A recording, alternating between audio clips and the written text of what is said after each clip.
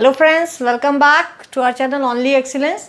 सो कल हमने स्टार्ट किया था नंबर सिस्टम से। हमने एक नंबर सिस्टम में फर्स्ट यूनिट का आपके 2 से 3 टॉपिक्स कवर किए थे। नेचुरल नंबर्स क्या होती है, होल नंबर्स क्या होते हैं, ठीक है, इंटीजर्स क्या होते हैं, इनमें डिफरेंस क्या होता है, सेट और सबसेट बनाना, ये सब आप सीख चुके हो। हमने एक नंबर और देखा था। सो अभी मैं इसको रेस करती हूँ। आप सब जानते हो क्लास 9th का ये फर्स्ट यूनिट का सेकेंड पार्ट है, ठीक है, 1.2। तो अभी हम एक और हमने रेशनल नंबर के बारे में मैंने कल आपको बताया था, ठीक है, कि रेशनल नंबर्स क्या होती है, रेशनल नंबर्स क्या होते हैं, ठीक है। तो रेशनल नंबर मैंने क्या बोला था, कोई भी नंबर जिसको आप P बटे Q यानी P अपॉन Q के फॉर्म में लिख सकें, जहां P और Q ये Q या ये ले लीजिए, छोटा Q लिखा है, तो जहां P और Q दोनों ही इंटीजर्स हों, ठीक है, दोनों ही इंटीजर्स हो, इंटीजर को आप Z से दिखाते हो, दोनों ही इंटीजर हो and Q is not equal to 0, ठीक है। तो वो सभी नंबर जिनको P अपॉन Q के फॉर्म में लिख लीजिए और Q जो है वो आपका 0 नहीं होना चाहिए, ठीक है, क्योंकि शर्त क्या है, P और Q दोनों इंटीजर है तो 0 भी इंटीजर है। तो अगर लेकिन इस Q के लिए एक ये एक्सेप्शन होना जरूरी है, Q इंटीजर तो हो लेकिन अदर देन 0 के अलावा कोई दूसरा इंटीजर होना चाहिए, तभी इसको आप रेशनल नंबर कहते हैं। तो अगर मैं कहूँ कि ऐसा मान लीजिए नहीं है, कोई भी एक शर्त अगर नहीं फॉलो हो रही है, ठीक है, अगर मैंने आपको कह दिया कि P एंड Q इंटीजर्स नहीं है, ठीक है, P एंड Q इंटीजर्स नहीं है, मैं बताऊंगी कैसे क्या कंडीशंस होती है कि इंटीजर्स नहीं होते हैं, ठीक है। अगर मैं कहूँ 1.2/1, ठीक है, या 1.2, तो ये इंटीजर है क्या? देखिए, पहली चीज ये इंटीजर नहीं है। इसको जब आप सरलतम फॉर्म में लिखेंगे, लेकिन जब इसको आप 12/10 लिख लेंगे, मैंने आपको बोला कोई भी सॉल्व करने के पहले उसको आप और सरल रूप में लाइए, ठीक है, थोड़ा सिंप्लीफाई करिए। जब इसको आप 12/10 लिख लेते हैं तो देखिए यहाँ P भी इंटीजर आ गया और Q भी इंटीजर आ गया। तो अगर मैं 1.2 की बात करूं तो ये आपकी रेशनल नंबर हो गई, ठीक है। इसलिए डेसिमल देख के ये मत सोचिए रेशनल नहीं है, ये रेशनल है, ठीक है। उसको आप ऐसे लिख के इसको सरल करके आप देखिए इसको कैसे सरल करेंगे। 2 6 जा 12, 2 5 जा 10 यानी 6/5 आ गया आपका। P भी इंटीजर, Q भी integer, Q is not equal to 0, तो 1.2 आपका एक रेशनल नंबर हो गई। लेकिन अगर मैं अब आपको बोल दूं कि P और Q इंटीजर नहीं है, ठीक है, तो वो नंबर्स क्या हो जाएंगी, इरेशनल हो जाएंगी, यानी जहां P अपॉन Q के फॉर्म में ना लिखा जा सके, ये जो कंडीशन जो रेशनल ना हो वो इरेशनल हो गई, ठीक है। तो जिनको P अपॉन Q के फॉर्म में नहीं लिखा जा सकता हो वो सारी नंबर्स होती हैं इरेशनल नंबर, ठीक है। P अपॉन Q के फॉर्म में नहीं लिखा जा सकता हो और साथ में P और Q जहां इंटीजर मतलब ना हो, ठीक है, तो ये सारे नंबर्स क्या होते हैं, इरेशनल नंबर होते हैं। इसकी दूसरी शर्त भी, इनमें से कोई भी अगर हो गया, अगर वो रेशनल नहीं हुई तो वो इरेशनल हो जाएगी आपकी। अब इरेशनल नंबर्स कौन कौन सी होती हैं, देखिए, इरेशनल नंबर की अगर मैं बात करूं तो अगर मैं √2 लूं, ठीक है, तो आप √2 देखिए, 2 का स्क्वायर एक अलग चीज है, √2 अलग है। √2 का मतलब है कि वो सारी संख्याएं जिनका स्क्वायर करने पे 2 आएगा, ठीक है। तो √2 किसका किसका स्क्वायर करने पे 2 आएगा, ध्यान दीजिएगा मेरी बातों को, किसका किसका, मान लीजिए मैंने कहा कि √2 x का स्क्वायर है, ठीक है, x का स्क्वायर है। तो अब मुझे बताइए, अगर मैं यहाँ पे -x लिखती हूँ और इसका स्क्वायर करती हूँ तो क्या आता है, x का स्क्वायर आता है, क्योंकि माइनस को जब 2 बार गुणा करते हैं यानी माइनस जब स्क्वायर होता है तो प्लस हो जाता है, और ये हो गई आपकी x का स्क्वायर हो गया, ठीक है। तो √2 का आपका जब आप किसी का स्क्वायर रूट निकालते हैं तो आपको निगेटिव नंबर भी मिलता है और पॉजिटिव नंबर भी मिलता है, ठीक है। अगर मैं √4 की बात करूं, ठीक है, तो √4 अगर आप निकालते तो हम क्या लिखते हैं, 2, √4 इज इक्वल टू 2, ठीक है। लेकिन √4 इज इक्वल टू -2 भी तो हो सकता है, क्यों नहीं हो सकता -2? देखिए, 2 का स्क्वायर आप करिए 4 आता है और -2 का स्क्वायर करिए ये भी 4 आता है, ठीक है। लेकिन हम केवल पॉजिटिव लेके चलते हैं, ठीक है, पॉजिटिव लेके चलते हैं, हम केवल 2 लिखते हैं, ठीक है। तो इस तरीके से अगर मैं बात करूं कि -x का स्क्वायर, तो यहां तक तो आपकी क्या हो गई, ये नंबर हो गया जिसका कहीं ना कहीं रेशनल इरेशनल को छोड़िए, तो इस √2 का कहीं ना कहीं कोई नंबर होगा, ठीक है। वो आपका फिर बाद में हम जब डेसिमल सिस्टम पढ़ेंगे तो आवर्त दशमलव, रिपीटेटिव डेसिमल्स और अनावर्त दशमलव जब पढ़ेंगे उसमें आप देखेंगे, ठीक है। तो ये जो √2 होती है, लेकिन इसकी कोई फिक्स वो नहीं होगा, आपका डेसिमल जो होगा वो एंडिंग नहीं होगा, ठीक है। जैसे अगर मैं लिखूं कि 0.001100011100001111, ठीक है। आगे ये बढ़ता जाएगा, ये चेन कभी खत्म नहीं होने वाली है। तो जब ऐसा होता है कि जब आपको रिपीटेटिव डेसिमल भी ना मिल रहे हो, देखिए आपका रिपीटेटिव नहीं हो रहा है, रिपीट होता तो क्या होता, 010101 होता, लेकिन है क्या, 01 है, 0011 है, फिर 3031 आ गए, फिर 4041 आ गए, अगला 5051 आएगा, 6061 आएगा। तो इस तरीके से बढ़ता जाता है। तो ये सारे नंबर्स जिनका स्क्वायर रूट, मतलब अगर परफेक्ट स्क्वायर ना हो, ठीक है, अगर कोई मान लीजिए √4 अगर देता है तो √4 आपका रेशनल नंबर होगी। क्यों? क्योंकि √4 = 2 होता है, या -2 ले लीजिए, दोनों ही केसेस में आपका √4 रेशनल नंबर हो गई, ठीक है।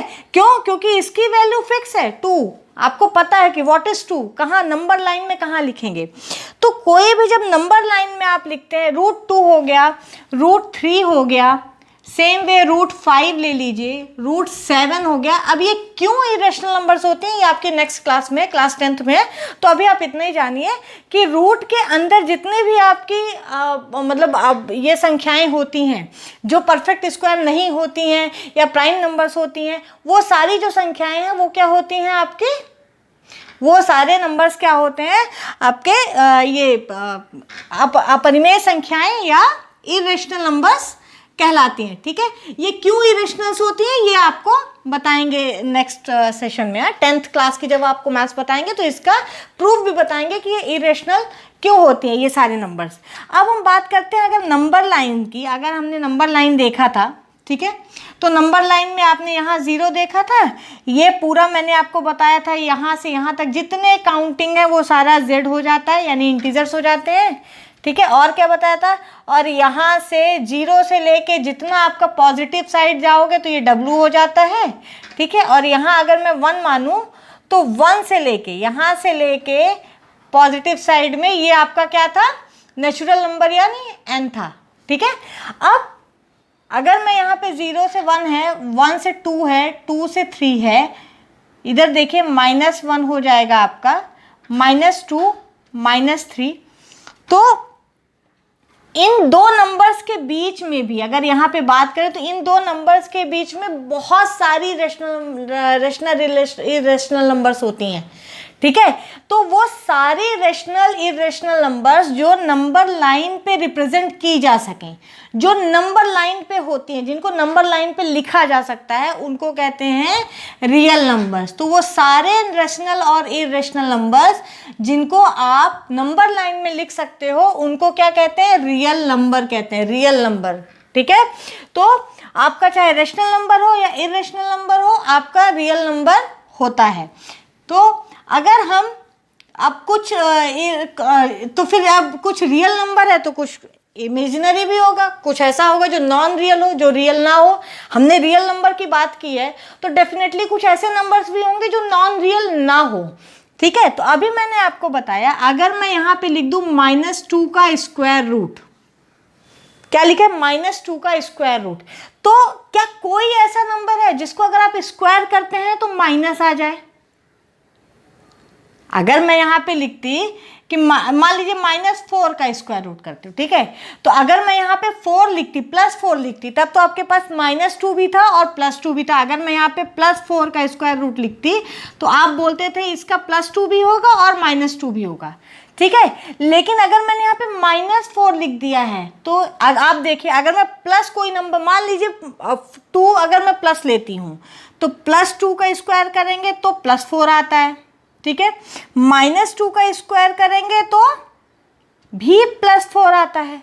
तो ये -4 कैसे निकलेगा स्क्वायर रूट में, कैसे -4 का स्क्वायर, तो 4 का निकल आएगा, लेकिन इसको क्या लिख देते हैं हम, -1 का अंडर रूट इंटू 4 का अंडर रूट लिख सकते हैं।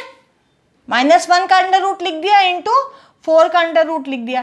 तो इस 4 का अंडर रूट तो 2 हो जाएगा या -2 हो जाएगा, लेकिन ये जो -1 का अंडर रूट है इसको हम लिखते हैं आयोटा। इसको क्या बोलते हैं? आयोटा। ये कहलाता है आई, आयोटा। ठीक है, तो इस आई से जो बनी नंबर्स होते हैं, जिन नंबर्स में ये आई आ जाए, ठीक है, यानी रूट के अंदर अगर निगेटिव आ जाए या कहीं से भी आई आ जाए, तो ये जो आई होता है और इनसे बनी सारे नंबर्स होते हैं, इसको क्या कहते हैं? आयोटा। इसको आयोटा कहते हैं। ये सारे नंबर्स आपके क्या होते हैं? इमेजिनरी होते हैं, इमेजिनरी नंबर्स होते हैं, फिर ये रियल नंबर्स नहीं कहलाते। तो अगर मैं -4 का अंडर रूट की बात करूं तो वो रियल नंबर नहीं है, और जब रियल नंबर नहीं है तो वो नंबर लाइन में रिप्रेजेंट नहीं हो सकता है।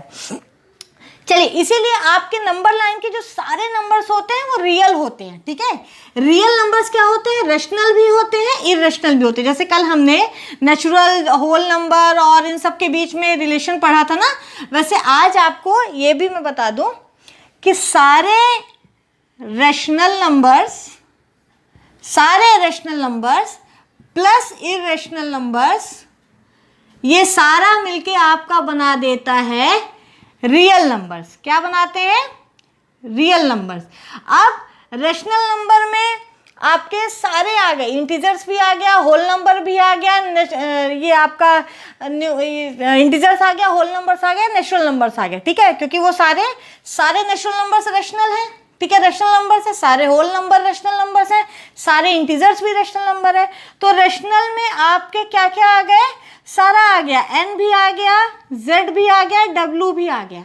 इरेशनल में आपके सारे p/q के फॉर्म में आ गए, जहां p और q इंटीजर हो, यानी डेसिमल वाले। ठीक है, वो सारे आपके इरेशनल में आ गए, या स्क्वायर रूट वाले या कुछ वो इरेशनल आ गए। ठीक है, तो स्क्वायर रूट वाले जैसे √3 हो गया, √5 हो गया, ये सब इरेशनल हो गए।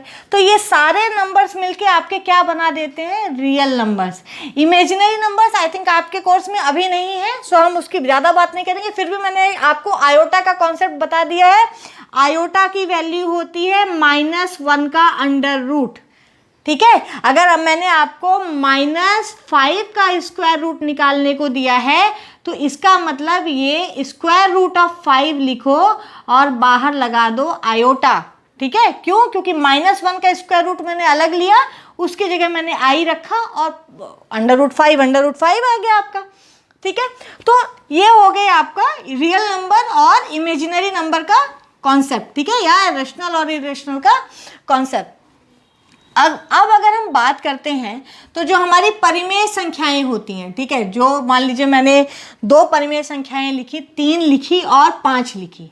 ठीक है, इनके बीच में मैंने आपको बताया कि अनगिनत नंबर्स होते हैं, इनफाइनाइट नंबर ऑफ आपकी रेशनल नंबर्स होते हैं इनके अंदर, इनके बीच में। ठीक है, तो आपको काउंटिंग दी जाती है। मान लीजिए ये आपके सिलेबस में, हालांकि 8th में था, आपके पिछले कोर्स में था, बट इसको अभी भी हम एक बार आपको रिवाइज में करा देती हूँ कि इनके बीच में infinite number of rational numbers आप कैसे निकालेंगे। ठीक है, इनके बीच में कितनी संख्याएं होती है। तो सबसे पहले तो मैंने बोला कि कोई भी 2 अगर मैंने आपको नंबर्स दे दिए नंबर लाइन के, 3 दे दिया, 4 दे दिया, 3 या 5 दे दिया, तो मैंने पूछा कि इनके बीच में कितने रेशनल नंबर्स हैं, तो आपका आंसर होना चाहिए इनफाइनाइट। ठीक है, अगर मैंने मान लीजिए आपको मल्टी चॉइस क्वेश्चन दे दिया, मैंने बोले 4 रेशनल नंबर्स है, 5 हैं और लिखा इनफाइनाइट, तो इनफाइनाइट किसी भी 2 नंबर्स के बीच में नंबर लाइन में आप अगर यहाँ पे अगर ये 0 देखिए, ये अगर ये मान लीजिए मैंने 0.5 लिखा, ठीक है, और ये 0.6 है, ठीक है, 0.6 है और ये 0.5 है, तो इन दोनों के बीच में भी इनफाइनाइट नंबर ऑफ नंबर्स हैं। जरूरी नहीं है कि 1 और 2 के बीच में ही हो या 3 और 5 के बीच में ही हो। ये 0.5 से 0.6 जो 0.1 का डिफरेंस होता है ना, उसके बीच में भी इनफाइनाइट नंबर ऑफ आपके रेशनल नंबर्स होती हैं। तो हम निकालते कैसे हैं? तो कोई भी 2 प्राकृतिक संख्याएं अगर आपको कोई भी 2 अगर आपको रेशनल नंबर्स या परिमेय संख्याएं दी हुई हैं, तो उनके बीच में आपको नंबर्स, मान लीजिए मैंने कहा कि 1 और आपके कोर्स का किताब का ही एग्जांपल है, 1 और 2 के बीच में मुझे मान लीजिए 6 रेशनल नंबर्स निकालनी है। ठीक है, 6 रेशनल नंबर्स निकालनी है, 6 रेशनल नंबर्स मुझे निकालनी है। तो कैसे करेंगे? पहला तरीका तो ये है, पहला तरीका ये है कि मैंने यहाँ कहीं लिख दिया, एक पॉइंट बना दिया 1 और इधर कहीं एक पॉइंट बना दिया 2। अब इनके बीच में मुझे 6 नंबर्स निकालनी है, 6 नंबर्स, ठीक है, 6 नंबर्स हैं, वो कुछ भी हो, ठीक है, रेशनल होनी चाहिए बस, वो 6 नंबर्स मुझे निकालनी है। तो कैसे निकालेंगे? पहला तो ये हो गया कि भाई इन दोनों का अगर आप एवरेज निकाल दो, यानी 1 + 2/2 यानी 3/2, अगर दोनों का एवरेज निकाल दो, एवरेज का मतलब क्या होता है? औसत। अगर दोनों का औसत निकाल दो तो वो भी इनके बीच में ही होगा, ठीक है। तो यहाँ कहीं आपका आ जाएगा 1.5 या 3/2 यहाँ आ जाएगा। अब यहाँ मैंने लिख दिया 3/2। अब इसके और इसके बीच में जितने नंबर्स होंगे वो भी तो इसके और इसके बीच में ही आएंगे, तो फिर से आप निकाल दो। तो दूसरी नंबर क्या हो जाएगी? अब इसका और इसका एवरेज निकाल दो, यानी 1 + 3/2/2, ये कितना हो जाएगा आपका? 2 और 3 5/2/2 यानी 5/4 आ जाएगा। ये यहाँ कहीं होगा 5/4 इसके बीच में। अब इसके और इसके बीच में भी जो नंबर्स होंगी वो भी इसी के बीच में है, ठीक है।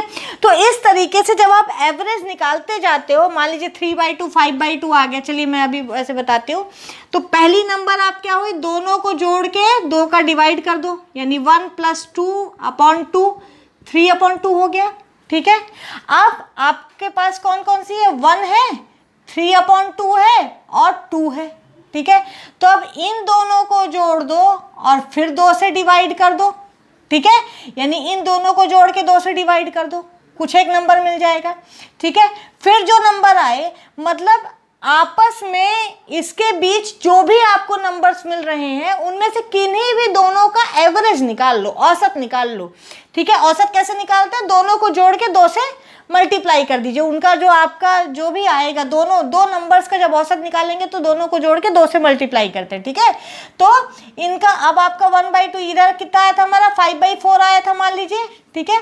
तो अब 5/4 3/2 को जोड़ दो और फिर 2 से मतलब 1 और 2 के बीच में जब एक नंबर आपको मिल गई है तो अब इसको चाहे इसके साथ जोड़ के 2 से डिवाइड कर दो, चाहे इसके साथ जोड़ के 2 से डिवाइड कर दो, या जो मिलती है उसके साथ जोड़ के 2 से डिवाइड कर दो। अब आप अनगिनत नंबर्स निकाल सकते हो, ठीक है। मैंने 3/2 और 5/4 को अगर मैं जोड़ के करूं तो ये भी आपका 11/4 आएगा, ठीक है। ये भी 1 और 2 के बीच में ही होगा, ठीक है। तो इस तरीके से आप एनी नंबर निकाल सकते हो। कोई भी 2 नंबर अगर दिया हो तो आपका फर्स्ट मेथड क्या है? दोनों को जोड़ो, 2 से डिवाइड कर दो और जितने नंबर्स आपको चाहिए उतनी बार ये प्रोसेस कर लो। जरूरी नहीं है कि अगर मेरा 3/2 आया है तो मेरी दूसरी नंबर जो है वो मैं 1 से जोड़ के ही करूँ, मैं 2 से भी जोड़ सकती हूँ और 2 से डिवाइड कर सकती हूँ, ठीक है। 3/2 आया है तो मैं 1 से भी जोड़ सकती हूँ, 2 से डिवाइड कर सकती हूँ, ठीक है। अगली जो आया, मान लीजिए ये कितना आया? 2 1 2 और 3 5/4 आया, तो मैं 5/4 को 3/2 से भी जोड़ सकती हूँ और 2 से डिवाइड कर सकती हूँ। 5/4 को मैं 1 से भी जोड़ सकती हूँ, 2 से डिवाइड कर सकती हूँ, और 5/4 को मैं 2 से भी जोड़ के 2 से डिवाइड कर सकती हूँ।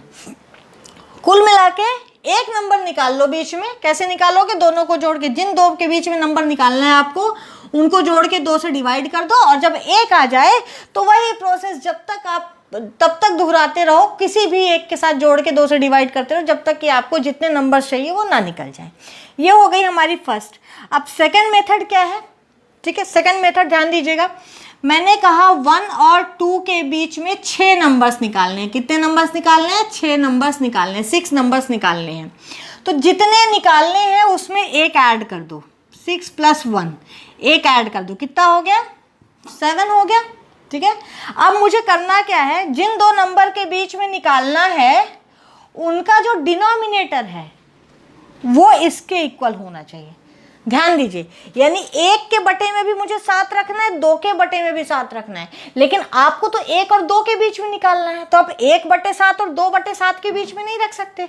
तो करते क्या है, जब आप किसी भी नंबर को, मान लीजिए मैंने यहाँ पे 5 दिया है और मुझे नीचे यहाँ पे 7 चाहिए, तो मैं बटे में 7 लिखती हूँ और ऊपर भी 7 से गुणा कर दीजिए, कोई फर्क नहीं पड़ा इसकी वैल्यू पे, ये 5 का 5 ही रह गया, 7 और 7 कट जाएंगे, आपका 5 आ जाएगा ना, है ना। इसको क्या हो गया, आपका 35/7 आ गया। आपका पर्पस सॉल्व हो गया। आपको क्या चाहिए था, इसके डिनोमिनेटर में 7 चाहिए था, ठीक है। तो आपने डिनोमिनेटर में 7 ला लिया। कैसे ला लिया, 7 का ऊपर मल्टीप्लाई कर दिया, नीचे मल्टीप्लाई कर दिया। तो अगर मुझे 1 और 2 के डिनोमिनेटर में 7 चाहिए, 7 क्यों चाहिए, क्योंकि नंबर्स कितने चाहिए, 6 चाहिए। जितने नंबर्स चाहिए उनसे एक ज़्यादा आपको डिनोमिनेटर में चाहिए होगा, ठीक है। तो मुझे डिनोमिनेटर में 7 चाहिए, तो 1 के डिनोमिनेटर में 7 लाइए, यानी 1 × 7/7। 2 के डिनोमिनेटर में 7 लाइए, 2 × 7/7, ठीक है। यानी ये कितना हो जाएगा, 7/7, और ये कितना हो जाएगा, 14/7। कुछ नहीं करना है, नीचे आपका इक्वल हो गया, दोनों का डिनोमिनेटर हो गया इक्वल। अब आपको करना क्या है, इसको एक एक बढ़ाते जाइए। तो 7/7 है आपके पास, अगली हो जाएगी 8/7, अगली हो जाएगी 9/7, next 10/7, next 11/7, next 12/7 and then 13/7, ठीक है। 14/7 तो खुद 2 ही है, आपको बीच की चाहिए तो उसको छोड़ दीजिए, ठीक है। यानी यहाँ पे लिख लेते हैं, क्योंकि 1 हमने लिखा है तो ये 14/7, ठीक है। तो अब इसके बीच कितनी नंबर्स मिल गई आपको, 1 2 3 4 5 6, मिल गए 6 नंबर। इसलिए हमने 7 को डिनोमिनेटर बनाया था। 8 नंबर्स चाहिए तो 9 को डिनोमिनेटर बनाइए, ठीक है। एक ज़्यादा इसलिए रखते हैं क्योंकि उतने नंबर मिल जाएं हमको उसके बीच में, ठीक है। तो इस तरीके से आपके ये 2 मेथड्स हैं जिनकी मदद से आप किन्हीं भी 2 रेशनल नंबर्स के बीच में इनफाइनाइट रेशनल नंबर्स निकाल सकते हैं, ठीक है। तो अभी हमने एक एग्जाम्पल देख लिया है, ठीक है। अब अगर मैं आपको कुछ ट्रू एंड फॉल्स के स्टेटमेंट बोलती हूँ, आप खुद में सोचिएगा, एनालाइज करिएगा सही है या नहीं। मैंने कहा कि all irrational numbers are real numbers, all irrational numbers are real number. मैंने आपको बताया रेशनल नंबर और इरेशनल नंबर मिलके ही तो रियल नंबर बनाते हैं, ठीक है। तो सारे रेशनल नंबर रियल नंबर होंगे, लेकिन मैंने अगर इसका उल्टा कर दूं, यानी अगर ये दोनों मिलके रियल नंबर बना रहे हैं, तो अगर आपके एग्जाम में आता है कि all rational numbers are real number, बिल्कुल ट्रू, क्योंकि ये तो इसी का हिस्सा है। All irrational numbers are real number, बिल्कुल ट्रू, ठीक है। लेकिन अगर मैं कहूँ all real number are rational numbers, false, क्योंकि इरेशनल नंबर्स भी तो हैं जो रेशनल नहीं है लेकिन रियल हैं, ठीक है। अगर मैं कहूँ ऑल इरेशनल नंबर्स, सभी अपरिमेय संख्याएं, सभी real numbers, all real numbers are irrational number, यानी सभी वास्तविक संख्याएं, रियल नंबर को हिंदी में वास्तविक संख्याएं बोलते हैं, तो सभी वास्तविक संख्याएं अपरिमेय संख्याएं होती हैं। गलत, क्योंकि कुछ वास्तविक संख्याएं परिमेय भी होती हैं, रेशनल भी होती है, सो डोंट फॉरगेट, ठीक है। ध्यान देना है आपको, शब्दों को ध्यान दीजिए। इसी को मैं बोलूं कि सभी अपरिमेय संख्याएं, all irrational numbers are real number, बिल्कुल सारी ही अपरिमेय संख्या आपकी रियल नंबर बना रही हैं, लेकिन सारे रियल नंबर आपके अपरिमेय नहीं बना रहे हैं। सारे रियल नंबर मिलके आपको रेशनल और इरेशनल, यानी परिमेय और अपरिमेय संख्याएं बना रहे हैं। तो इस तरीके से आपको इससे रिलेटेड जो भी क्वेश्चंस आते हैं आपको करना होगा। मैंने आपको 2 मेथड बताई हैं कि कैसे आपके एग्जाम में आता है और आप इसको कर सकते हैं, ठीक है। तो अभी हमने क्या देखा कि जो आपके रियल नंबर्स होती हैं, ठीक है, रियल नंबर्स जो होती हैं वो होती हैं आपकी आर से, उनको डिनोट करते हैं। अब आपके एग्जाम में आपके कोर्स में एक और है नंबर लाइन में रिप्रेजेंट करना, ठीक है। आपका नंबर लाइन अगर दिया है, मान लीजिए ये नंबर लाइन आपका दिया हुआ है, यहाँ 0 है, ठीक है, यहाँ कहीं 1 होगा, यहाँ 2 होगा, यहाँ 3 होगा। अब नंबर लाइन में आप किसी भी रेशनल नंबर को अगर रिप्रेजेंट करना है तो रेशनल नंबर को रिप्रेजेंट करना है, इतनी बड़ी बात नहीं होगी, ठीक है, वो आप कर लोगे। मैंने अगर कहा कि नंबर लाइन में √2 को रिप्रेजेंट करिए, किसको करना है, √2 तो इरेशनल नंबर है, ठीक है, लेकिन नंबर लाइन में होता है, नंबर लाइन में रेशनल नंबर भी रिप्रेजेंट की जा सकती है, इरेशनल नंबर्स भी रिप्रेजेंट की जा सकती है, क्योंकि नंबर लाइन में पूरी रियल नंबर ही रिप्रेजेंट कर सकते हो आप, ठीक है। तो इसका तरीका समझिएगा कैसे होता है। हमने पाइथागोरस थ्योरम आपने पढ़ी होगी। पाइथागोरस थ्योरम क्या होती है, पाइथागोरस जो थ्योरम होती है वो होती है किसी राइट एंगल ट्रायंगल में, अगर समकोण त्रिभुज आपको दिया है किसी राइट एंगल ट्रायंगल में, अगर मैं इसको लिखूं x, इसको लिखूं y और इसको लिखूं z, ठीक है, ये हमारा 90 डिग्री का एंगल है। तो पाइथागोरस थ्योरम के हिसाब से आपका x square plus y square is equal to z square होता है, ठीक है। यानी z की वैल्यू, यानी इस जो आपका ये जो डायगोनल है, ये जो है तीसरी जो आपकी भुजा है, ठीक है, उसकी कर्ण, इसको क्या बोलेंगे, तीसरी भुजा है जो कर्ण का स्क्वायर, कर्ण है ये, इसको क्या हिंदी में कहते हैं कर्ण, इसको कहते हैं लंब और इसको कहते हैं आधार, ठीक है। तो किसी भी राइट एंगल ट्रायंगल में समकोण त्रिभुज में कर्ण का स्क्वायर उसके लंब के स्क्वायर और आधार के स्क्वायर के योग के बराबर होता है, ठीक है। यानी लंब का स्क्वायर प्लस आधार का स्क्वायर इज इक्वल टू कर्ण का स्क्वायर। तो इस तरीके से आपको पाइथागोरस थ्योरम का यहाँ पे यूज होगा। मैं इसलिए बता रही हूँ क्योंकि यहाँ पे यूज होगा, इसलिए मैं आपको पाइथागोरस थ्योरम समझा रही हूँ। तो अगर मैं कहूँ z की वैल्यू कितनी होगी, तो z की वैल्यू हो जाएगी आपकी x का स्क्वायर प्लस y का स्क्वायर, इसका अंडर रूट हो जाएगा, ठीक है। x का स्क्वायर प्लस y के स्क्वायर का अंडर रूट हो जाएगा आपका z का स्क्वायर। हाँ, अब चलिए अब देख लेते हैं हमें निकालना क्या है, अंडर रूट 2 की वैल्यू, यानी इसकी जगह 2 आ जाए। हमें क्या चाहिए, अंडर रूट 2 को रिप्रेजेंट करना है ना। x क्या है, x ये है, इधर वाला जो जा रहा है आपका, ठीक है, या ऊपर वाला मान लीजिए लंब है x और आधार है y। तो अगर मुझे ये डिस्टेंस मिल जाए और ये डिस्टेंस मिल जाए, वही तो चाहिए आपको नंबर लाइन में, ठीक है। यानी आपको x मिल जाए और y मिल जाए तो आपको रूट 2 मिल जाएगा और उसको फिर आप नंबर लाइन में रिप्रेजेंट कर दोगे, ठीक है। तो रूट 2 यानी क्या हो गया, रूट 2 को क्या लिखेंगे, 1 का स्क्वायर प्लस 1 का स्क्वायर, यानी आपके लंब की वैल्यू भी 1 है और आधार की वैल्यू भी 1 है। तो नंबर लाइन में 0 से 1 तक आइए, आ गए, ये हो गया आपका आधार। ऊपर जाइए 1 तक, जितना लंब आया, लंब कितना आया है, 1 आया है, ये हो गया। अब इन दोनों को मिला दीजिए, ठीक है। ये एक पॉइंट आपका मिल गया, ये पॉइंट आपका रूट 2 होगा, ठीक है। ये पॉइंट आपका रूट 2 है, लेकिन अभी ये पॉइंट स्पेस पे है, आपको इसको नंबर लाइन में रखना है, ठीक है। अभी हम केवल 2 डायमेंशनल की बात करें, इसलिए आपको नंबर लाइन में रखना है। तो यहाँ आपका समकोण त्रिभुज कौन सा है, ये है, यहाँ पे आपने निकाल लिया। अब आप क्या करिए, यहाँ पे अपने जो आपका राउंडर है उसका यहाँ पे रखिए और इस 2 को एक आर्क लेके नंबर लाइन को कट कर दीजिए। इस 2 का जो पॉइंट आया है, इतना आर्क बना के आप नंबर लाइन में यहाँ से रख के, अगर मैं यहाँ पे प्रकार अपना मार दूँ तो ये कट हो जाएगा, ठीक है।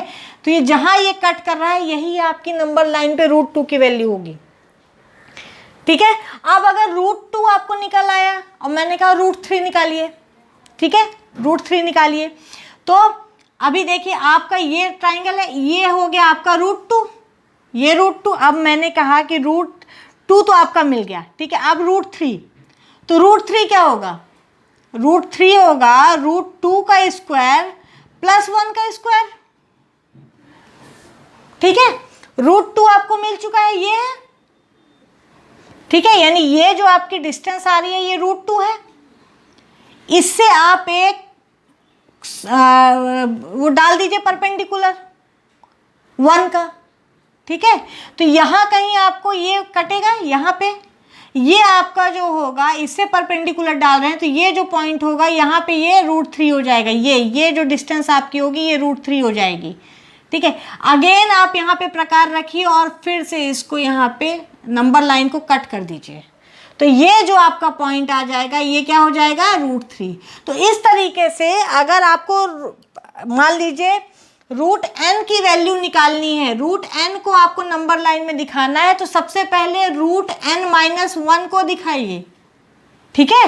और फिर उससे परपेंडिकुलर डाल के आपको ये डिस्टेंस निकाल के प्रकार चलाना पड़ेगा, तो ये नंबर लाइन पे रूट n की वैल्यू आएगी कहीं, ठीक है। तो अगर रूट n-1 आपको दिया हुआ है, मान लीजिए एक फिगर दे दिया आपके एग्जाम में, इसी एग्जाम्पल को लेते हैं, ठीक है, अगर आपके एग्जाम में ये फिगर दे दिया है कि भाई ये √2 है, वो आपके एग्जाम में अगर ये कह दिया गया है कि ये पॉइंट √2 है, तो अब √3 को दिखाइए, तो कुछ नहीं करना है आपको, आपको ये मिलाना है, ये आपका √2 है, तो ये √2 आपको बेस मिल गया है, परपेंडिकुलर आपको ये लंब मिल जाएगा, यहाँ कहीं 1 होगा, ठीक है, तो ये 1 तक 1 सेंटीमीटर का आपने ले लिया या 1 तक का ले लिया, ठीक है, यहाँ कहीं 1 हो जाएगा, जो ये 1 के डिस्टेंस हो वही 1 को यहाँ पे निकाल दीजिए परपेंडिकुलर, और ये जोड़ दीजिए, ये आपकी √3 की वैल्यू आ जाएगी।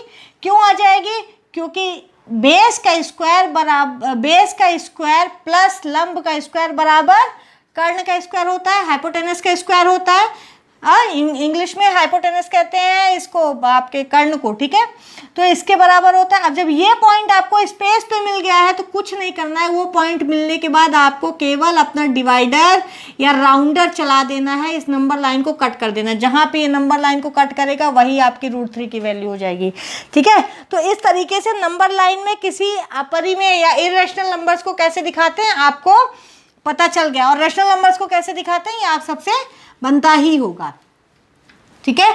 सो आप लोग अभी ये अपना सेकंड के क्वेश्चंस करिएगा, जो भी आपका सेकंड पार्ट है इसके क्वेश्चंस करिएगा, कहीं प्रॉब्लम हो तो आप पूछिए, आप कहाँ समझ में नहीं आ रहा आप पूछिए, इसमें अगर आपको कोई दिक्कत हो, ट्रू फॉल्स आते हैं, इवन कॉम्पिटिटिव एग्जाम्स में भी आते हैं इनमें से रिलेटेड ट्रू फॉल्स, तो आप सब लोग इसको लगाइए। जहाँ नहीं समझ में आता आप प्लीज़ बताइए, आप कमेंट बॉक्स में कमेंट कर सकते हैं और हमें ईमेल भी कर सकते हैं। मैं आज फिर आपको अपनी ईमेल आईडी दे रही हूँ, हमारी ईमेल आईडी है TEMS1@gmail.com, ठीक है। आप हमें ईमेल आईडी पे ईमेल भी कर सकते हैं। इसको कमेंट जरूर करिए, लाइक करना मत भूलिए, हम सब मेहनत करते हैं जिसलिए आपको ज़्यादा से ज़्यादा समझ में आ सके, ठीक है। तो उसका अप्रिशिएशन दीजिए, हमें मोटिवेशन मिलता है आप लोगों के लाइक से। So do like it, do subscribe my channel and share करना मत भूलिएगा अपने फ्रेंड्स के साथ। Thank you for watching, bye.